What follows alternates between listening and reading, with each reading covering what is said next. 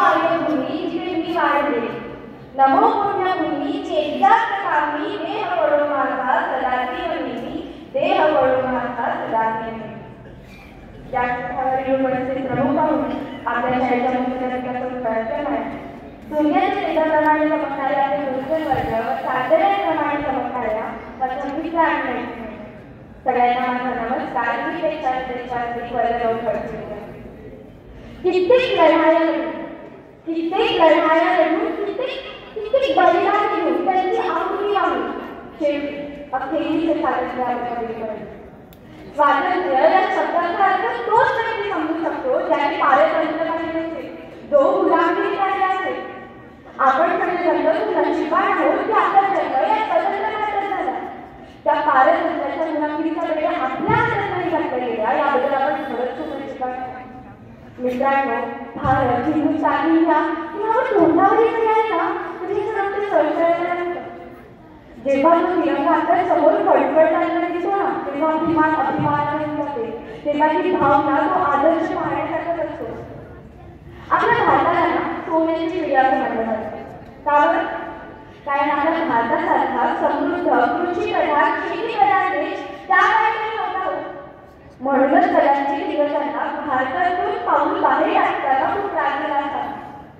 1857ला सुरू झालेला संग्राम, स्वातंत्र्य यज्ञ शेवटी 15 ऑगस्ट 1947 रोजी शांत झाला। 26 जानेवारी 1950ला आपला भारत देश प्रजासत्ताक झाला। किती छान ना? पण तुम्हाला माहिती आहे आपला देश स्वातंत्र्य झाला की कोणापासून? आपल्या भारत भूमीवर राज्य करणाऱ्या इंग्रजांपासून। पण धर्मविधानापासून नाही, जातीविधानापासून नाही, ते कार्य तर अजूनही सुरू आहे। डॉक्टर बाबासाहेब आंबेडकर, महात्मा फुले, लाल बहादूर शास्त्री, जवाहरलाल नेहरू या नेत्यांनी खूप प्रयत्न केले, समाजसेवकांनी खूप प्रयत्न केले आपल्या भारताचे सुराज्य बदलण्यासाठी। पण खंत याची वाटली की ते कार्य अजूनही पूर्णत्वास केलेले नाही। अजूनही ती हक्काची प्रगती तो हवाईचा स्वप्नातला भारत हे सुराज्य दिसत नाही। एक पूर्वीला इनामापेक्षा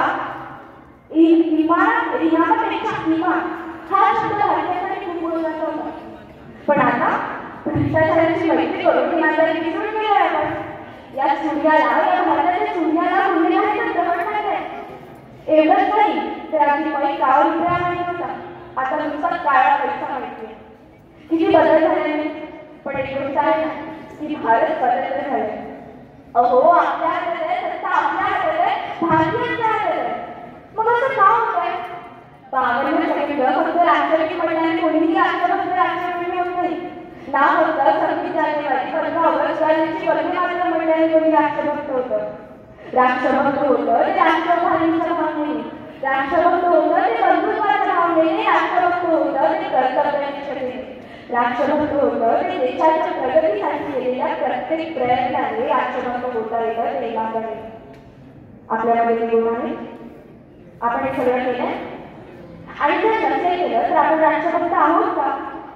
एक ते देशभक्त जे सीमेवर स्वतःच्या प्राणाची पर्वा न करता आपल्याला रक्षण करतात, एक ते देशभक्त जे महामारीच्या काळातही कर्तव्यनिष्ठ राहतात, एक ते देशभक्त जे गुलामगिरीच्या गुन्हेगारी कोणत्याही गुन्ह्यात पोहोचू नये म्हणून दिवस रात्र प्रयत्न करतात। आणि हो, इथे उपस्थित आपल्या उज्ज्वल भविष्यासाठी कार्यरत असणारे आपले शिक्षक सुद्धा देखील राष्ट्रभक्त आहेत। मग मित्रांनो यात आपला उल्लेख का होत नाही? आपण कुठे कमी पडतोय? जरा स्वतःच्या व्यक्तित्वावरून नजर फिरवायला काय हरकत आहे? तसंही देशाचा देशभक्त म्हणून आपण स्टेटस लावतच असतो ना। मग जरा मनातूनही देशभक्ती रुजवा, मनातही देशभक्ती रुजवा, कारण ज्या दिवशी या देशाचे युवा पिढी सज्ज होईल ना त्या दिवशी खऱ्या अर्थाने हा देश प्रजासत्ताक होईल। मला या विचारावर बोलण्यासाठी संधी दिल्याबद्दल आपले खूप खूप आभार। शेवटी जाताना एवढेच बोलू इच्छिते की उगवत्या सूर्याला नमस्कार करताना मावळत्या चंद्राला विसरू नका, ज्याच्यामुळे हा दिवस पाहिला त्यांची त्याग कधी विसरू नका, त्यांची त्याग कधी विसरू नका। धन्यवाद।